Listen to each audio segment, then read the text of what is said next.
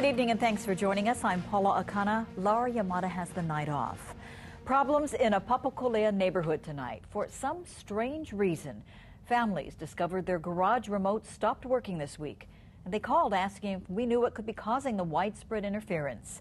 KITV4's Catherine Cruz takes us to Kalawahine Streamside subdivision for tonight's story. Their troubles began on Monday. It happened to Adrian Lewis. When Lewis also began having trouble with the signal on his digital television and his cell phone, he wasn't sure if it was a strange coincidence. And then he began talking about it with his neighbors. It's not a loose wire because we checked everything.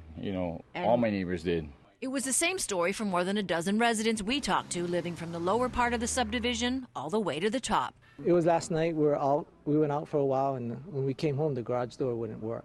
I have no idea what it is. Pretty strange that everybody's remote isn't working at the same time. Some asked us if it had something to do with military maneuvers, since they'd heard of similar problems with RIMPAC war exercises. But the military said it wasn't aware of anything unusual underway and told us to check with local law enforcement since they share part of the same signal spectrum. Honolulu police said they too were not aware of what might be causing the problem. I noticed it a couple days ago, and I actually called Sears today for a quote. And they also told me that if I live near a military base, that there might be some interference. Jake Chang thought it was more than just bad batteries when both his remotes in his truck and motorcycle failed. It never dawned on me it could be something to do with some kind of frequency. And Bertha Moses showed us how she could use her garage door manually punching in the code on her keypad. That worked for other neighbors too. It was the remotes that failed, working only occasionally if you got right under the door.